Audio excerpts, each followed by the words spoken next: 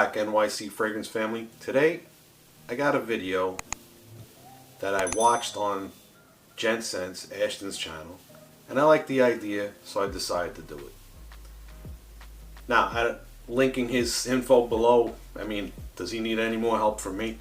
Maybe the other way around. Anyway, but I will link the information and maybe even link to the video that I got the idea from.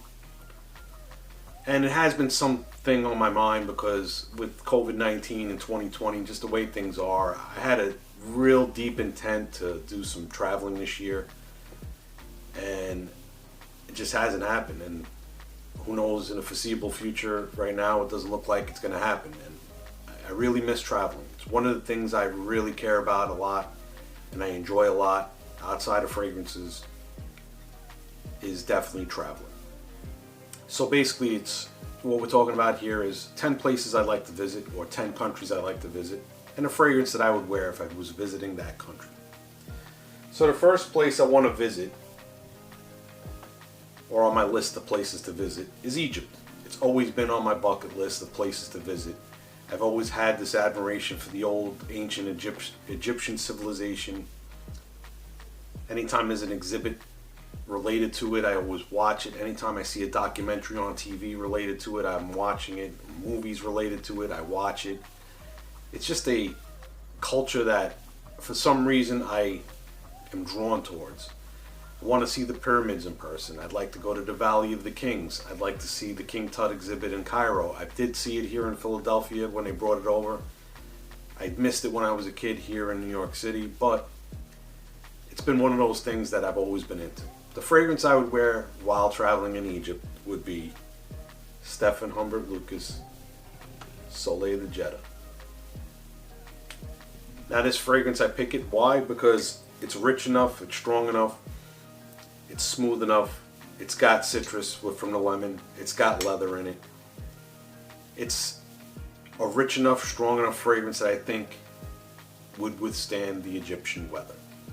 So that's the fragrance I would take with me, or at least decant, because I don't think I could bring the 100 ml with me if I were going to Egypt. The next place I want to visit, the land of ice and fire, Iceland. Why Iceland? Why not? It's there. All the pictures I've seen, being that I started out on Instagram with this fragrance journey, I follow a lot of different things on Instagram myself, and travel pics are one of the big things, and I have a lot of pics coming through my feed from Iceland. It is just a beautiful landscape.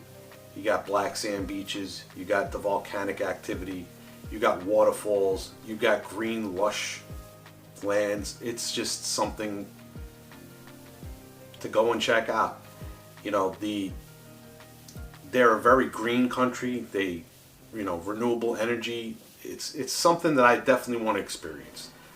I would like to see their way of life in person. I'd like to experience what it's like to be there and just see the beauty of the place. So that's on my list of places to go to, Iceland. The fragrance I would wear, well, I could have went easy and said Creed Viking, haha, but no. I went with Nishane's Fan You Flames. Why am I going with Fan You Flames? I think it's just unique enough, tight enough, strong enough to work wonders in the Icelandic air. You got that coconut, you got that vetiver. It's just a fragrance that I think would work well while in Iceland, and I could see wearing this one while I'm there in Iceland. Country number 3 I want to visit, Canada. Now, I've been to Canada many times, but there's parts of Canada that I want to travel to. The western end of Canada, Vancouver, British Columbia, and then I want to go to Nova Scotia, New Brunswick, Newfoundland, Prince Edward Island, that area of Canada. Again, for the landscape and the beauty of it, and they have some of the best oysters in the world. Just saying. And the fragrance I would be wearing up in Canada, in that area, would be Paco Rabanne 1 Million Parfum. Now this one's a 2020 release, and some people are hit or miss with it. I think I need to do a review on this one, being that it is a relatively new release. I really enjoyed it. I enjoyed the wearing of it. I enjoy the fragrance a lot. I think, to me, probably out of the 1 million, it's the one that's 1 million line. It's the one that speaks the most to me. And I really, really thoroughly enjoyed the wearing of it. And that's really what's important. So in Canada, Paco Rabanne 1 million Parfum. Next country, been there a couple of times as well, but I'm dying to go back, and I want to go back, and I have more to see. And it's Italy. Why do I want to go to Italy? There's more of Sicily I want to see. There's Naples I haven't been to. There's Pompeii that I haven't been to. Venice I haven't been to. To experience the Alps, close up, the Italian Alps, Lake Como. There's just so much in Italy. The cuisine there is fantastic. The wine is great. I just love being there. And being Italian, you know, I know I'm being a little impartial, but it is what it is. But the fragrance I would wear while in Italy would be Nobili 1942 Vespri Orientale. Now this is a total Italian citrus fragrance.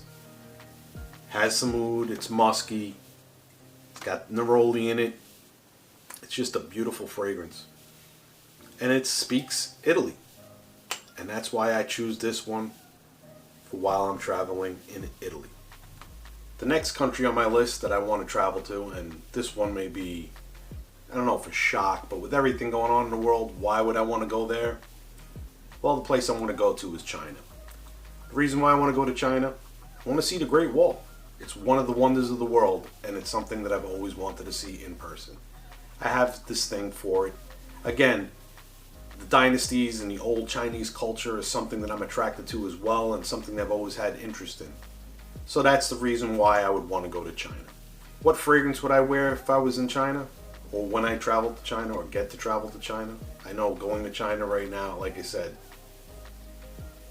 you know, people are blaming them for COVID-19, and, you know, saying you want to go to China isn't exactly a welcome thing here in the States. But if I'm going to China, I'm wearing Michael Kors.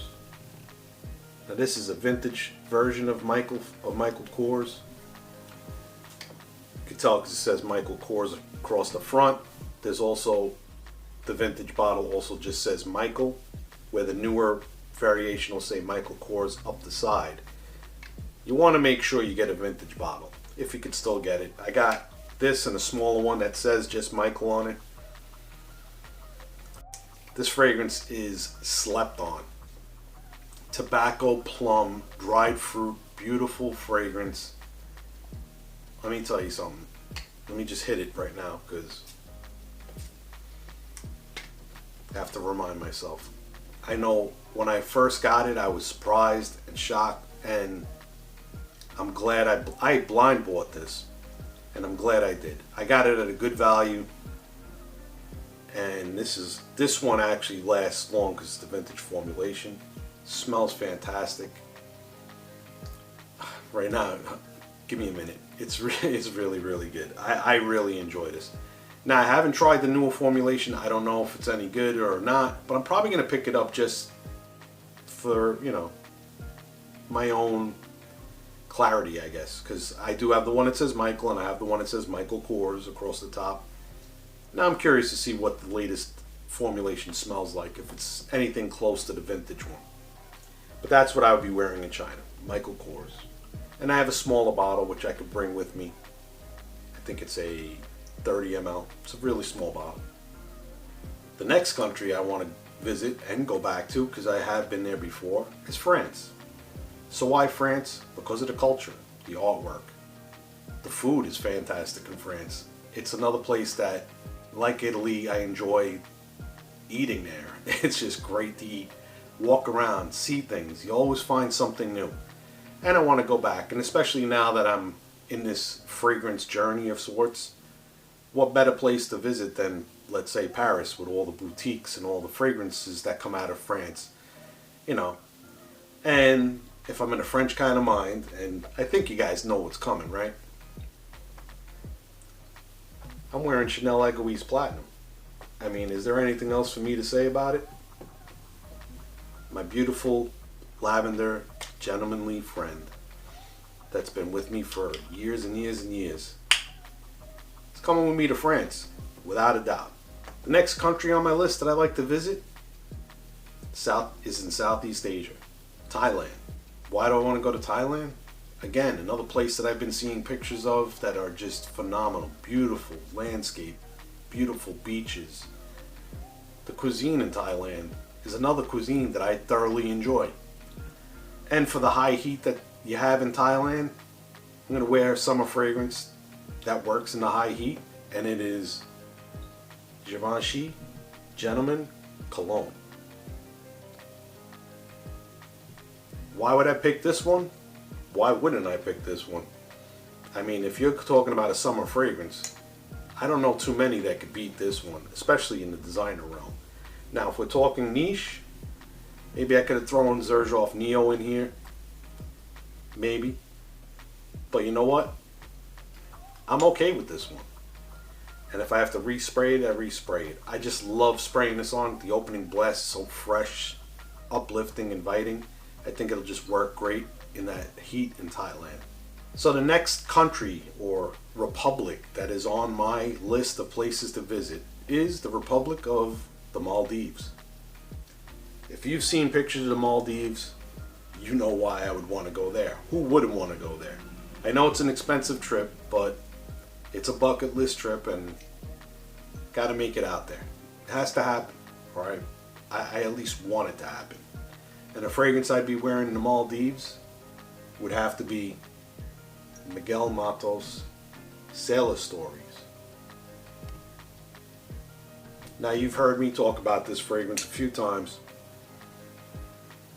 You want something that's going to work in warm weather, this thing is just going to keep it going. You got citruses up top, you got a muskiness that just stays with you. This is a fragrance that's not going to stop in hot weather. And I think it's going to work beautifully in the Maldives. And it'll create some beautiful scent memories while I'm in the Maldives. And that's why I would wear this fragrance in the Maldives. The next country I want to visit is good old Scotland. Why Scotland? I just want to see all the castles that's in Scotland. I want to get to maybe a distillery or two that makes single malt whiskeys, scotch. Should rephrase that. Single malt scotch. Get to try some first, right there, because you figure at the distilleries, a lot of times they'll have stuff that you're not going to get in a bottle, that you're not going to get anywhere else, you're not going to get to try anywhere else. And just to experience Scotland as a whole. Another place with a beautiful landscape that has always been somewhere I wanted to go. In my big golfing days, because I did golf and I haven't golfed in a while, but if I were still really heavy into golf, like I was back when, St. Andrews is the place that I would want to play golf. I mean, if I can get on St. Andrews and play some golf, it would be a dream come true as a golfer. I may not have that same dream anymore, although I don't think I would pass up the opportunity if I got a chance to play St. Andrews. The fragrance I'd wear, somewhat cliche, but it is what it is. And you know what? It's going to work. And I think it's the best fragrance for it. Mugler Pure Malt. Yes, I know, it's very cliche. You're picking pure malt. We're talking scotch, single malt. Couldn't pick something a little bit more creative? Why would I have to get creative in this situation? This is the befitting fragrance for Scotland as far as I'm concerned. And that's why I would wear Mugler's Pure Malt. And the last country that I want to visit. I have been there before. My son wants to go there. I want to go there again. There's other parts of the country I want to visit, and that's Japan. I want to visit Okinawa, again, another beautiful area of Japan. I want to visit Kyoto. I want to revisit Tokyo. I'm sure there's some things that I didn't get to see or do the last time I was there, and again, another place that I enjoy the culture, I enjoy the history, I enjoy the old way of life, the samurai way of life. I enjoy bonsai, the bonsai trees and the bonsai society, and all the things that go with Japanese culture. I got to see some sumo wrestling when I was there. It's just something that you need to experience. The Japanese have a way of life that most Americans, if you experience it, will change the way you think. That's all I'm going to say. And the fragrance I would wear, again, cliche name, but it is what it is. Tom Ford, Plum Japanese. Now I'm hearing this one's discontinued, which is kind of scary because this is a pretty damn good fragrance. Plum smokiness, to me this invokes that environment. When I see pictures of Japan and the cherry blossoms and the beautiful bright colors of some of the trees and things like that, and how the place is lit up, this fragrance kind of puts me in that state of mind. And that's why, if I'm in Japan, I'd be rocking Plum Japanese.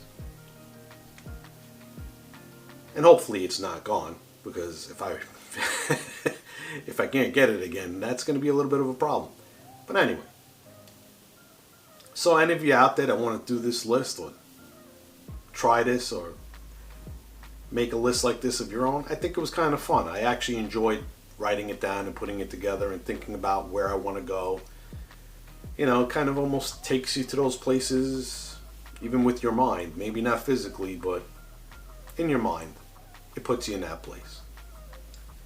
So, new viewers, thank you for stopping by. New subscribers, thank you for joining the NYC Fragrances family. And my NYC Fragrance family. From the bottom of my heart, appreciate everything you do. I know, things are tough for me. I don't get a lot of videos out as often as I'd like to, but I do what I can. Until the next time, remember, if you smell good, you feel good. Have a nice day.